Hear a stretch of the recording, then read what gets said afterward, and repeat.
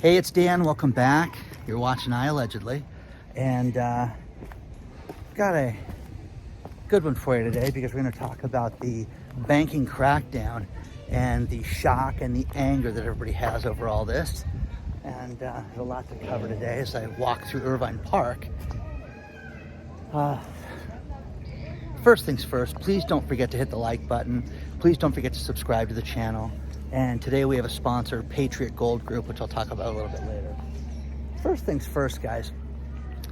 Senators had a Senate subcommittee on banking, and they brought in the head of the Fed's banking, the head banking regulator, Michael Barr. And here's a few things that are absolutely disgusting about what's happening with the current state of banking right now. And I've got 4 or 5 different articles below that you can take a look at. But the first thing is Mr. Barr gets up, and Silicon Valley Bank was a troubled bank for years prior to it going out of business. Here's a couple things that are absolutely staggering. They should have been written up in 2019. We've talked about that, and had a citation, and they should have had major problems with that. And they should have been limited to going out and getting certain money and certain deposits added to the bank. Okay, there's that. Now, here's the thing. The bank run, think about this. The day before the bank run, there was $42 billion taken out of the bank in one day. $42 billion. The cat was out of the bag. Everybody knew that this place was going down for the count, and it was just a matter of time until it was finished. They anticipated, as they worked through the night, that they were going to lose, think about this, another $100 billion. $100 billion the next day in withdrawals from people taking the money out of the bank. That would represent almost 85% of the entire deposits that the bank had inside of its institution. So, you guys want to ever hear the term bank run? Well, this is a bank run. That was a bank run. They were taken and they were unloaded. I'm at the regional park. It's at the little kiddie train coming down, which I should hop on and take a ride. But, guys, think about this. Here's the worst part about this. The head of the Fed, head of the FDIC, yeah, we got wind of Silicon Valley Bank being a problem about a month earlier. And we wanted to limit, their acquisitions. We wanted to limit the money that they could put into, and take out of the bank. We never knew that. They never told the public that. That was their, little secret little deal that they did. You know what I mean? So that's ridiculous, guys, that they did this, okay? So that being said, again, the rich kids take care of each other. We get to twist in the wind. Senators, and you can pick which side, I don't care which side, because they were both saying, why didn't you warn people? Why didn't you let them know about this? No, didn't seem like we had enough time. You had a month, okay? Well, think about what you'd want to know in a month's time. Wouldn't you want to know that there was a problem with the bank that you're banking with? Yeah, exactly. But no, let the friends know, let everybody on the inside know. So the bank then, think about this. They had takeover offers too, okay, prior to the collapse that could have saved the institution and not use federally insured funds or our money to do this. And the chairman of the company, or chairman of the FDIC said, we didn't know if we had time to adequately review these. Well, wait a second. This is what they did. They knew that this bank was in trouble a month before it happened, and they didn't adequately have time to decide if there was an issue. Okay? That's insane, guys. If you believe that's such a lie, and the problem with this is that they know, okay, now that it's so apparent that they just took care of themselves and these guys had no regulatory scrutiny at all. None at all. But what this leads us to believe is what other banks are in trouble right now? Which ones? Which ones are in that bad a shape right now? Oh, it's just these guys. That's it. No. There's so many more that we don't even know about. But when they collapse, it's going to be, wow, we never saw that coming, except for a month earlier, like Silicon Valley Bank. Everybody should be furious about this. You should be angry about this. And, it's ridiculous. But the takeaways from this is that we need more regulation for banks that have assets over $100 billion. And both sides, left and right, were saying that there's got to be different rules. Elizabeth Warren, do you think that we need, more scrutiny? Yes, there needs to be more regulation. So, once again, the best line that she came up with is that this is like a student grading his own exam. It is ridiculous. If there's going to be regulation, you have to have regulation on these banks. But I don't care about the regulation as long as our money is safe. As long as your money, you can make a deposit in a bank and not worry about it, they're being out of business. I had a great TikTok sent to me out of South Park where Cartman gets a $100 check from his grandma and says, hey, I'm supposed to put this money in the bank and it's supposed to get compounded interest, my dad says, so I'd like to open an account. And the banker says, oh, I've got great news. We will put it in the bank and then we'll invest it into foreign derivatives, and your money will be safe and it'll grow quickly. And then he looks at Cartman and says, oh, we just put your money in, it's gone, we already spent it. He's like, where's my $100? No, we invested it, it's gone. You don't have it. And the TikTok's below, it's kind of funny because he's like, wait a second, I had my $100 a minute ago. Yeah, but we invested it and we lost it. Sorry about that. That's how preposterous all this is right now, guys, is that it's insane. Silicon Valley Bank bet on U.S. Treasuries and nobody thought interest rates were going to go up. And as people came in to withdraw money, they had to sell the bonds at a loss. Okay? Now, you've heard the term First Republic Bank. Remember, I talked about how rich people banked at this bank? Well, they have a real problem. Out of the real estate site, The Real Deal, they have a huge problem right now. And the problem is that they have so many fixed rate loans at First Republic. And you can sit there and say, well, isn't that a good thing, Dan? These people, didn't borrow, don't have sketchy, seconds and, ninja loans.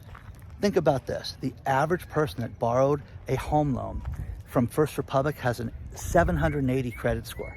That's the average credit score. So people are wealthy, large loans on average, but the interest rates are so low compared to the entire industry that they're not making money. Now that interest rates are up and it costs more money to borrow money, the bank is losing money. The bank got a $30 billion infusion of deposits. First Republic did. Can they stay open? Will they stay open? None of us know. They don't know if they can stay open, but they're not making money on the mortgages. Think about that.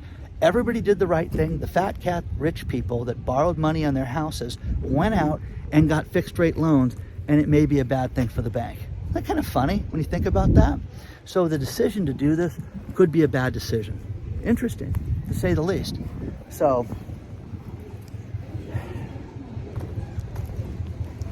I don't believe for a second that these regulators didn't know about this. And I don't believe that they shouldn't have warned us.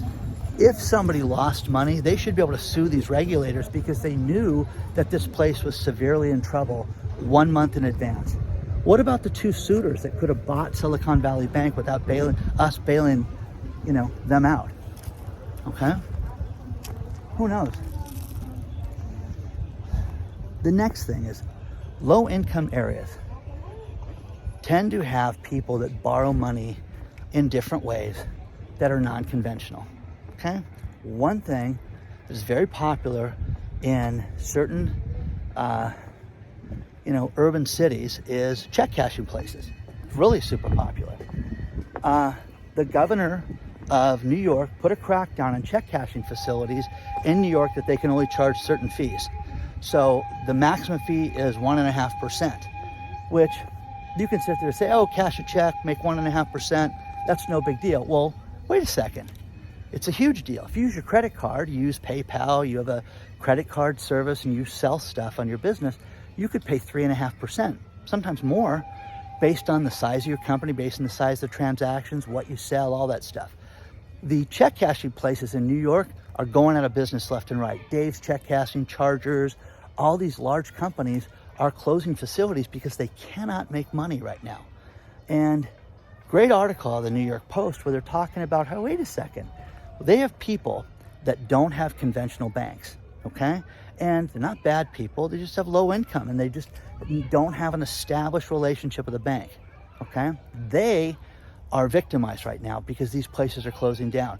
There's a woman that's had her check cashing account with this one place since 1981. 1981, okay? It's a freshman in high school, guys. She's had it since then. Where am I gonna go? Where am I gonna cash my check now? Okay? Don't have a relationship with the bank. So that woman is done. The check cashing places are done. But again, the idea of, you don't wanna hurt the man. Is it so bad to charge somebody 2.5% to cash a check? And now it's limited. 1.5% for some of these places. So, people are upset right now with this banking debacle because here's what's happening. We're not being told the truth. Nobody's being told the truth. There's all these lies that we're being fed. And, somebody goes to a check cashing facility and some fat cat at Silicon Valley Bank that has a biomedical startup. Okay? Yes, different class of people. But it's not fair that people are treated horribly during this time because our leaders are not leaders. Oh yeah, they're reactionary, okay? So fix something, fix this, do what you're gonna do. Have a banking crackdown, have people go to jail, okay? How about that? Sam Bankman-Fried, that guy, it was just announced that he has a new indictment added to his, laundry list of everything that cat's done lately. And here's the latest one. There is a $30 billion bribe that he paid, or his company, paid in cryptocurrencies to a Chinese diplomat, okay?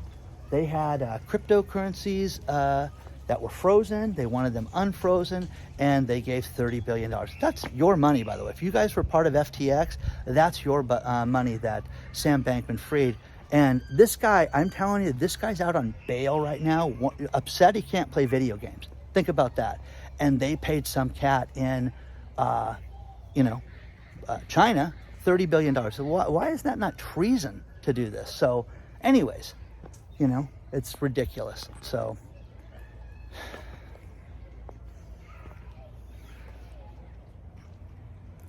gets ridiculous, guys. And you haven't seen anything yet as far as the banking debacle. What other banks followed good lending practices like First Republic? Think about this. First Republic did everything right. We only deal with the best. We're giving fixed rate loans out. And snobbery, well, I'm not going to refinance my house at a higher rate. Why would I do that? Why would I give you more money?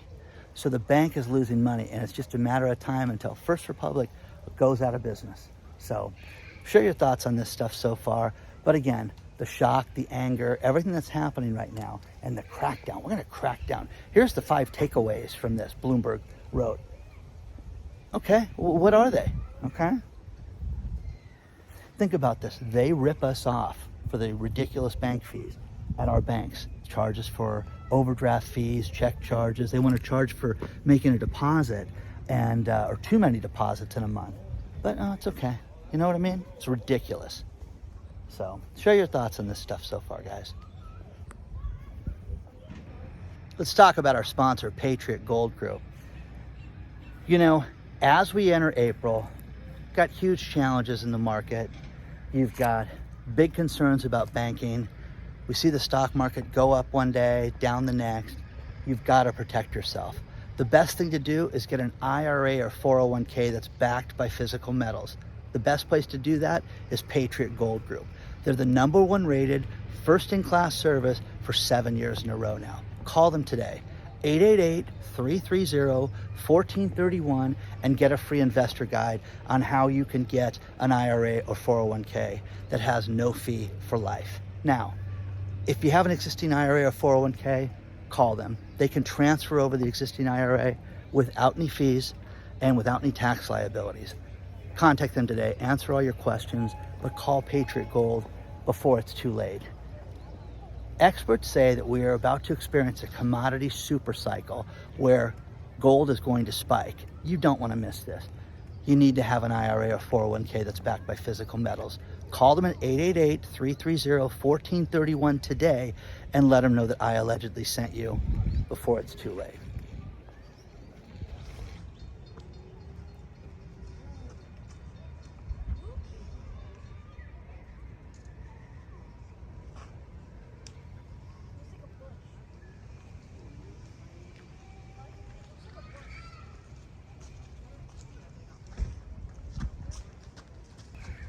You know, I am always so grateful for everything that you guys send me.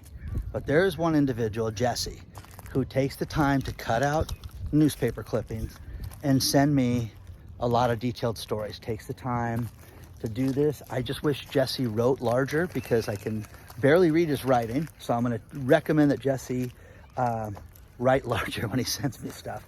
But he sent me a great story that I want to talk to you guys about right now. And that is, we're seeing all these self-driving cars and trucks that people have proposed. How about this? They're going to make deliveries in Texas. And Kroger has hired a firm called Gaddick, and they are using these self-driving trucks to go and deliver food. And it's amazing. They've already used it for paper towels and for cups and things like that. But they go to these distribution centers and they drive unmanned, drop things off, and have no driver to it. They can drive 12 hours in a day without any issues. There's no union, there's no shenanigans. But again, I want to thank Jesse for sending this story to me because it's fascinating with the Gaddick company, what they're doing, and how we're going to see a world that is, going to have these, driverless cars. I went to Texas about almost 2 years ago, and I was just floored at how when you drive there, man, you have hours, and I'm talking 4 and 5 hour drives where you don't see a light, you see nothing. It's just barren. It is beautiful, but man, there's nothing there. So this would be the perfect place to have these diesel trucks drive and make these deliveries. We are seeing car companies that have massive recalls, another 340,000 cars by Honda, and they have a heated mirror on the side, then the heated mirror is coming dislodged and could cause accidents. So kind of interesting, but Tesla's had a bunch of recalls lately, Honda, it's just a matter of time. And one thing, the way that this math works is I was sitting in a restaurant one night and spoke to an actuary. It's like you can have an issue with the car, everybody knows there's an issue with the car, but it's when it starts to cost you money and it's unsafe, and then you weigh the price of litigation, the price of the lawyers, the price of settlements. Is it cheaper to bring the cars in or just to let the litigation fall?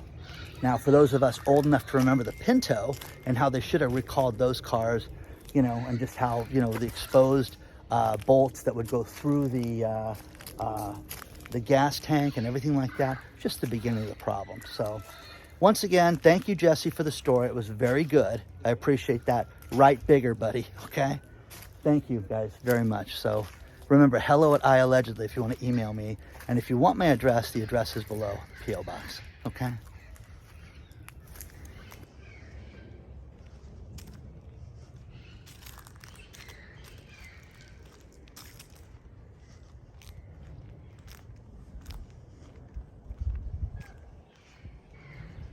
With all this demand for EV cars, it's interesting because overall the industry is suffering.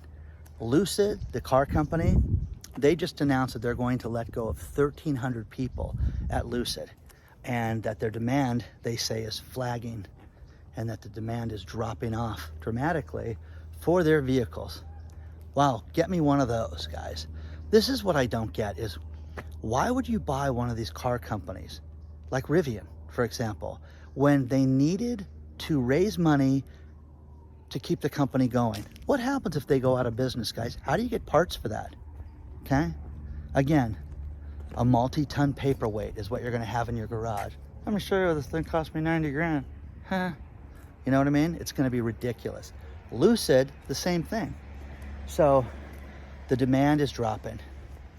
One thing that's interesting that people ask about is, found a great article about what it takes to be considered middle class around the country per state. I won't bore you with the details, but the link is below on that. And I always like to look at this like, hey, am I above middle class, lower middle class? Am I the peasant? And I always find it interesting. The problem is here in California is that, it's very expensive to live here. And people unload their houses and go live in different states and live really good lives with that. Now, one thing that came out this week is the CaseShiller Index for properties. And this is the big real estate, breakdown of the entire industry. It's a report that shows everything, and it's what people really rely on in the real estate market to see if things are going up and going down. They say that there's only been a 7-month decrease in properties, but we're seeing a phenomenon that's weird because you've got areas like San Francisco, Seattle, San Diego that have had huge hits. Absolutely. And you've got areas like Miami, Tampa, and Atlanta that have seen increases well above 10%. Miami, 14.8% in the last year. And there is no end in sight for them right now. Now, is the demand slowing down? Is there properties that sit on the market longer? Yes, that's what's happening in Miami and in those hot cities, but they're still getting top dollar for this stuff, even with interest rates going up as much as they are. The interest rates are a huge problem with the real estate market because no one is refinancing right now at all, and people are not taking money out of their houses. It's going to be interesting to see how this plays out over the course of the next year, because all the real estate people that I know that are in foreclosures, man, they are just getting themselves ready for what's coming. So, with that being said, what do you guys think? Do you look at the CaseShiller Index? Is it a concern for you? Their big thing is interest rates well above 6% right now. And with interest rates going up, the mortgage rates for fixed mortgages are down. But once again, this is what you need to understand. The people with the 780 credit score, those people are getting the 6.4%, not the normal person, not the person whose wife works part-time and sells stuff on a side hustle. No way. No way, Jose. They're definitely paying top interest rates for this. There's a ton of wild critters out here. It's kind of nice to walk around and see this, but just a beautiful spot up here. So share your thoughts on this stuff right now, because I think it's a real concern. And again, if you look at the last video with Elon Musk talking about how everything with real estate is going to be a mess. If you are looking for, if you have to have a commercial property right now, man, if you're not negotiating the single best deal of your life, you're kidding yourself. Absolutely. I would ask for free rent. I would ask for everything under the sun if I was doing any type of retail or commercial property right now. And again, the worst thing that happens when you say, I want 6 months free rent, to say, so I can never do that. Okay, we'll give you 4. I had a lawyer tell me when he was looking for buildings about 4 years ago, he said, man, I just went out and I took your advice and I just started saying, hey, we're looking for a free rent situation. And one thing that they did with the lawyer, which was great, was they gave him free rent, but it was on month 13, and through they gave him 6 months free, so it was 13 through 18, 13, 14, 15, 16, 17, 18, yeah, it was those months. So a year into it, he didn't have to start paying rent. He says, wow, it just helped our cash flow, it was the greatest thing. And the landlord was like, wow, I can't believe I made this deal. Again, ask for it now, guys. You haven't seen anything yet. It is supposed to rain here tremendously over the next few days too. So it's really beautiful seeing stuff like this right now. We have a ton of wild parrots in this area. That's what that is right now, is the wild parrots. Oh, how beautiful.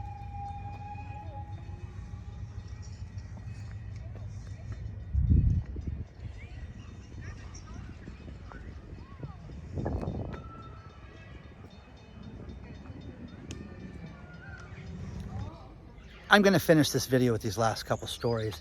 And first things first, Google has an office in Ireland that they want to close. And here's the staggering thing, is that they announced a severance package for everybody in Ireland.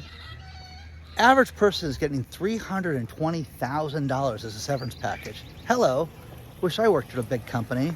You got 85 salespeople, 85 tech people, and then you've got customer service people, another 75 people.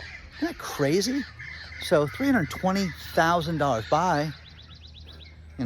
I can't do an Irish accent, or I would say, you know, top of the morning to you with my 320 grand.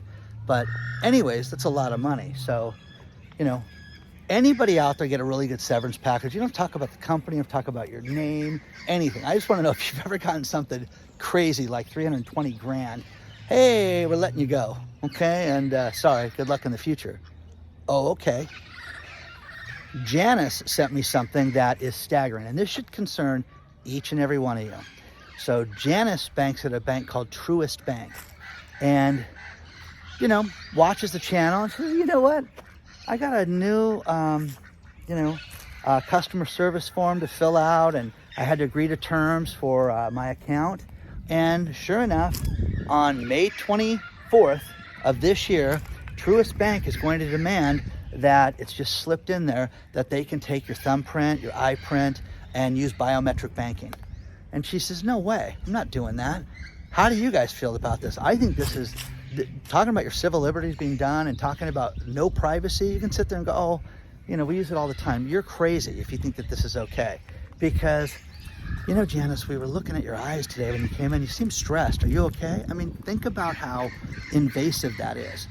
And your eye print, your thumbprint, all that stuff. You know, a lot of banks take the thumbprint, right thumbprint, cash a check, things like that. Certain things like that I think are okay.